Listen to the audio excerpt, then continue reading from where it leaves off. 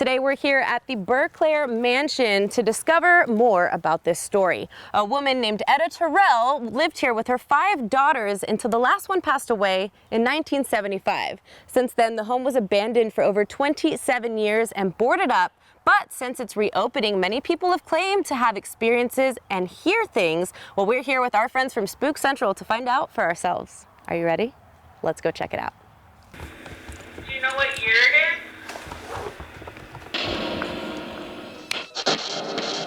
Friday, December 11th, 8:47, Berclair Mansion, static recorder and hallway.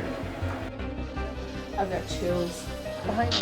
John, did you just pull my pant leg on my pocket?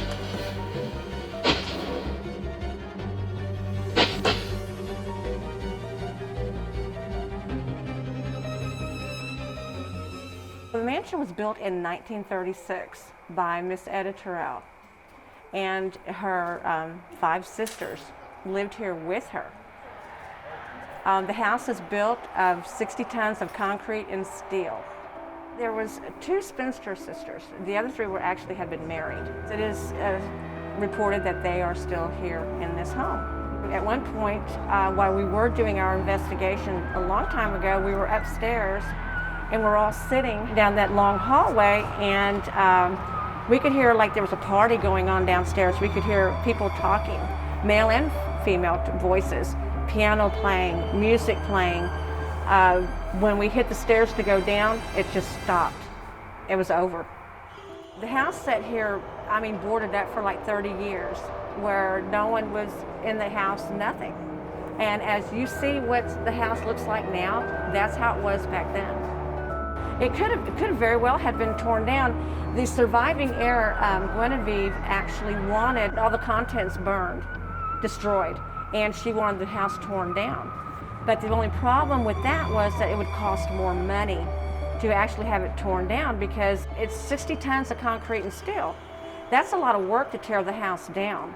And it would cost a lot of money. Back then, even back then, it would have cost a lot of money. And I believe it was in 1999 is when it was donated to the Beeville Art Association.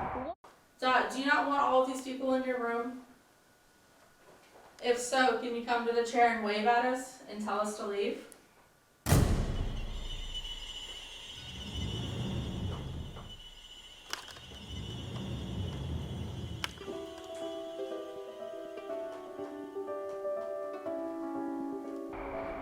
This mansion is just gorgeous, and it's in the middle of nowhere. You would drive down this road and never know it's here unless you just stumbled upon it. And there's so much mystery. There's so much mystery with the sisters, why they did some of the things they did, supposedly also hiding someone within the house.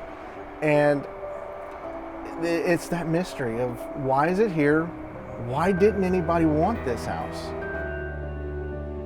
We've gotten more activity in the upstairs area than we have downstairs, and we've had a few experiences up there, so we're hoping tonight to actually, with the new equipment, to actually capture what we've seen before and find some answers. Of course, men were not allowed in the upstairs area, and every time we've had an experience, there's been a male upstairs. So one of our experiences was one evening we were upstairs, we were doing an EVP session, and we were all sitting in a row down the hallway. And we kept seeing a black shadow kind of go in and out of the doorway. And I noticed it more and more and more. I had turned away, and when I looked back, there was a large black blob hovering off of the ground, heading directly towards me. Now, it startled me, and it didn't feel evil, but it's like it didn't want me there. It didn't want us there. As you can see right here, as the stick figure is it's picking her up, this is an infrared camera, and it allows for motion detection. As you can see, it's picking up Hayden also right there. So if you've got this in a room and there's nobody in front of you and it's actually picking up motion of somebody. Well, tonight we're actually using an SLS camera. It is a motion tracking system. A lot of people would recognize it through the Xbox 360, where if you stand in front of it, it can actually discover where you're at. And it has an infrared system with thousands of little infrared dots that go all over the room in the area you're in. And it picks up motion that the human eye can't see. So if you're in a room and you actually get a stick figure in that one area, it's like, well, what's there for it to detect a human? And of course we have the ghost portal, and then of course the SB7 spirit box. We have a whole bunch of infrared cameras set up, parabolic microphones so we can actually listen to EVPs coming in live. And we have our audio recorders and everything set up. There's multiple voices. They all started talking. How many of you are here? Can you tell us why you're here? Can you help? Oh, can you help me?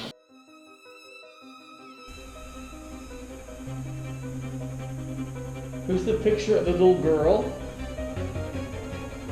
It's never disappointing. I've never been disappointed here. Every time I've come into this house to investigate, there's always been something that has happened.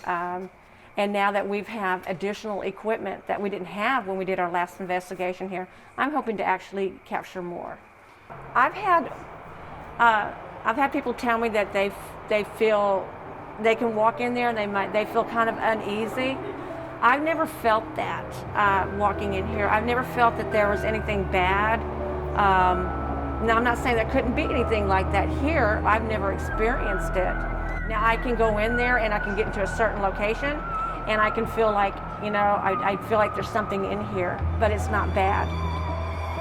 But then again, I'm not afraid of it, so I'm not going to feel that.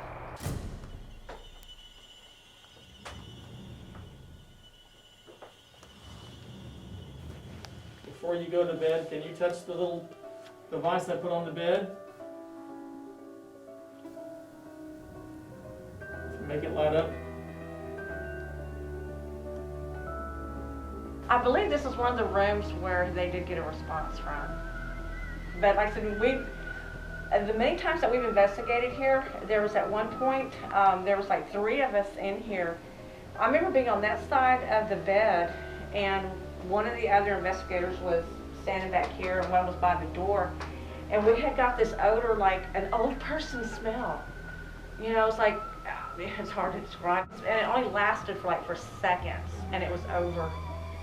And we would leave and come back in continuously, see if we could get that odor again. Never did. Never got it ever again. Interesting. It's undeniable when it's multiple people. It's one thing on your own and convincing yourself that you're just making things up. But when you have more than one person there. Oh, exactly. Are you trying to touch that green light?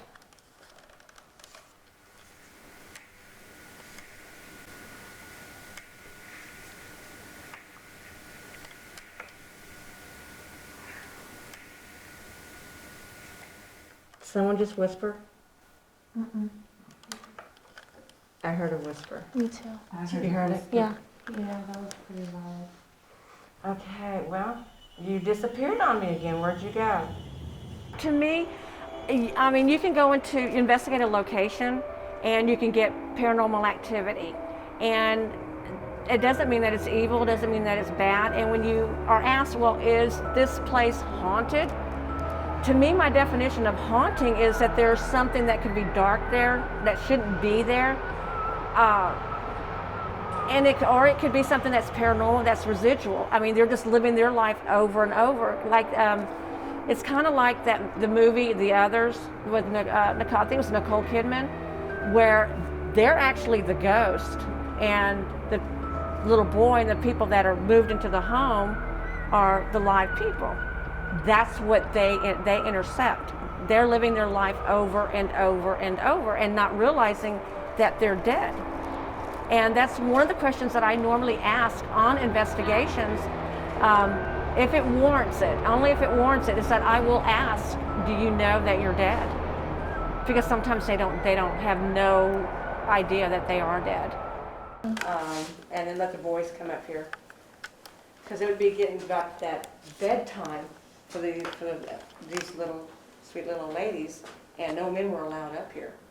See if they can stir them up in a nice way. If you go hunting, you wear camouflage and you hide in the forest. Spirits, they're energy. So when you take the energy away, it gives them able to come out and be shadows or try to figure out what we're doing or why we're here. So it's just that anonymity of being able to try to communicate and give them a little bit, I guess, privacy to do it. You know, there's still so many answers to questions that we'll never know until that time comes. But it could be the spook factor, or it's that little bit of anonymity of the darkness will bring certain things to the light. It's right about the 40 mark. Mm-hmm. And you hear, "Can I talk to your sisters?" And there's a no right after it. It's real soft, though. I think like a Civil War soldier or someone that was in the service or something that they actually hid out up here in the attic. Really? Yeah. So I'm not sure if that's true or not. I've never found any documentation on it, but we've gotten the name John Adams. So. And that's what happened recently. The one that we just heard Oh, earlier, we've gotten right? that name multiple times. John Adams. Okay. Alrighty. Show me that part.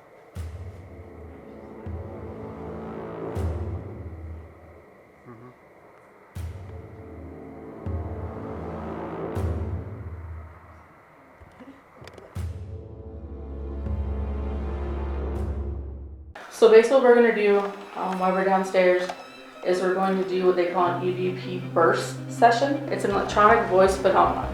We're going to ask questions and then we will stop the recorder and see if we've got any answers or anything on the recorder.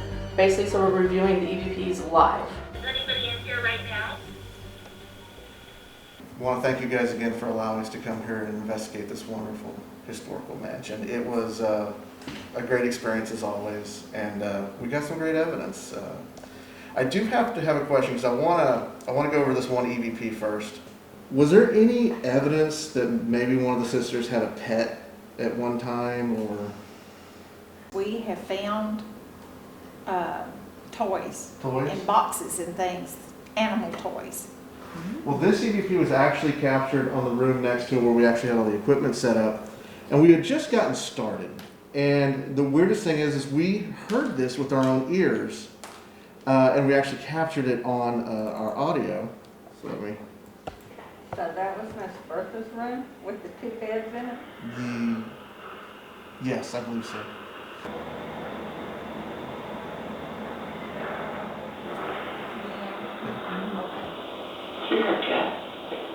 I mean, it's clear. 1966. Wow. Hospital in Beeville, Texas. Rabies vaccinated. Because this is through here, this is the area that we captured the meow. Some of the other EVPs that we had captured in the upstairs area. You can hear it says "lock the door." This was actually upstairs, more towards the stairs. That's a male's voice. Is that a male?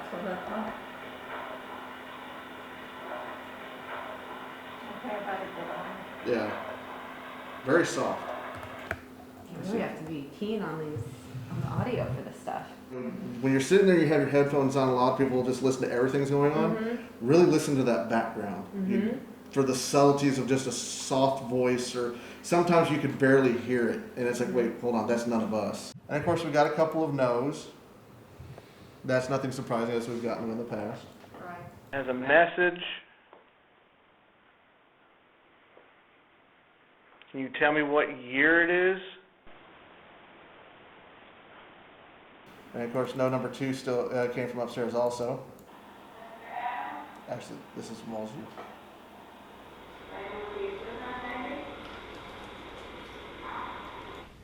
Yeah. A little snarky. And this would be upstairs. Like I said, we didn't capture a lot downstairs. We only gotten 2. The majority was from the upstairs, the hallway, and towards the back bedroom area.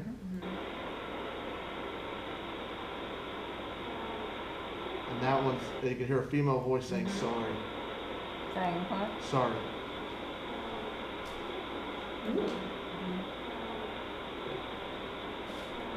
Something after too, right? Yeah. A lot of times you get EVPs that's like that. You'll hear something super clear, and then it kind of trails off. It's like, man, I can't hear that last little bit. Their volume was going up and down. Or, well, most, in theory, most spirits need energy to manifest themselves, to do some type of action, to talk, move an object, to appear in some type of form. So it takes a lot of energy to do that. So when you get that EVP, it's clear in the beginning, it kind of trails. There's a possibility that they're losing that energy that they're needing to try to make And that where does that communication. energy come from? It can come from you. It can come from a cell phone. Anything that has energy. All right. So this one's a yeah. Is anybody in here right now? Very soft. It's very soft. This one's actually captured downstairs towards the that big vase. It's one of the when Shauna was downstairs. And what was the question? Is anybody? Yeah, if anybody's here and someone says yeah. Is anybody in here right now? Yeah, you hear it in the background. Oh my gosh. Sound like a bell. Yeah. Very soft. Very soft. From respect. That's what I'm thinking. Now What is this, Speck. yeah. Now, Speck was a nephew Uh-huh. of the sisters, and the son of one. Mm-hmm. But he had a room downstairs dedicated to him. a Okay. bedroom. there is something towards the end a little bit, but on this one it says you left me here. I don't understand. We've never gotten a message like that before. We have investigated.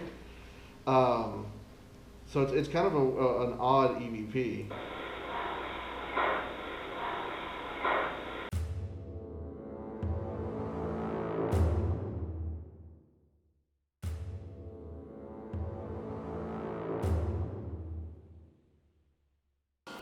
Is there something I can help you with?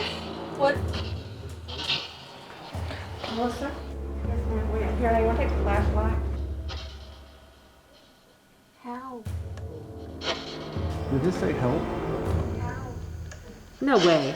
Just a little while ago, through it, it felt colder. a gentleman was up here Yeah. and took a picture and captured a black mass. Was that you? Help me. Who is it?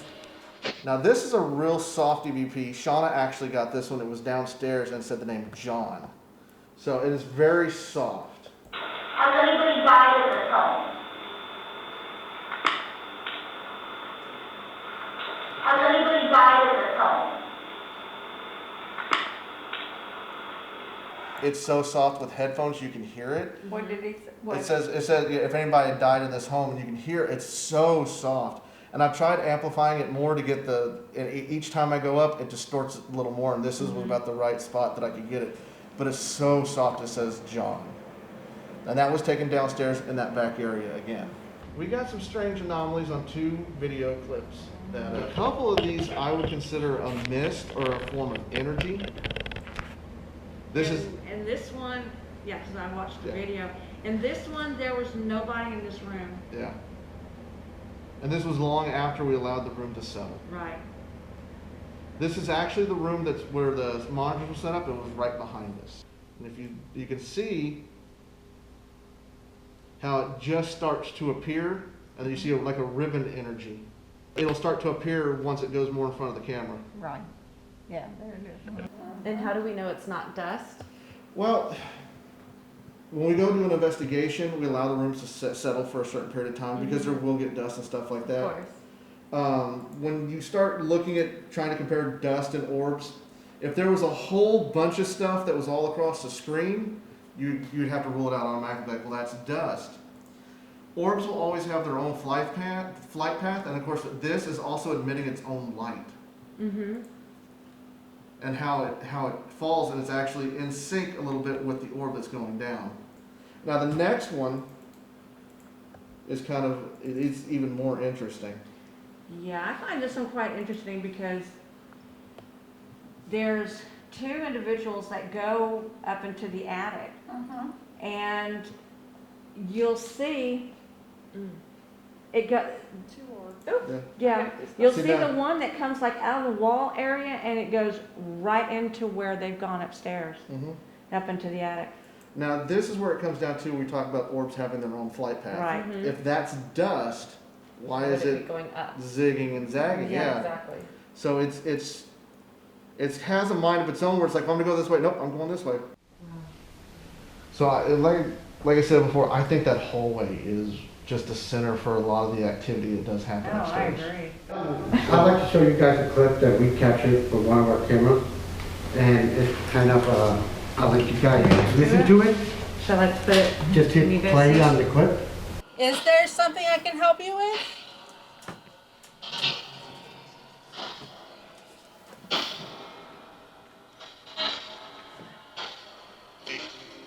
Maybe? How? What? There's voices. I don't know if it's coming from downstairs. Did it say help? How? No way. How? What? There's voices. I don't know if it's coming from downstairs. What is your name? Okay, so Yes, it to is. put that in the context, that was when y'all were in the attic. No one heard What that. is your name? And no one could hear that, and then right after that, you were like, are there voices? Because a voice came through saying help, and so y'all started trying to ask, what do you need help with, what's going on? And then that whisper comes through the headphones when I was editing. And I was like, and the funny thing is, y'all were trying to contact a child. That's a child's voice. It is. That is. Changes. Can you help? Oh, can you help me? I don't know. What do you need help with? John, how old are you? 6.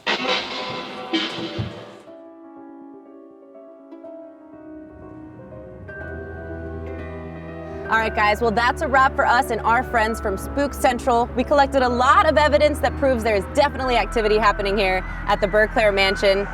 If you don't believe us, you can come and find out for yourself. They do offer monthly tours. Now, I am so pumped for the next stop. We're gonna be visiting Yorktown Memorial Hospital, and it's gonna be creepy. I can't wait. Hopefully, you'll be there to join us.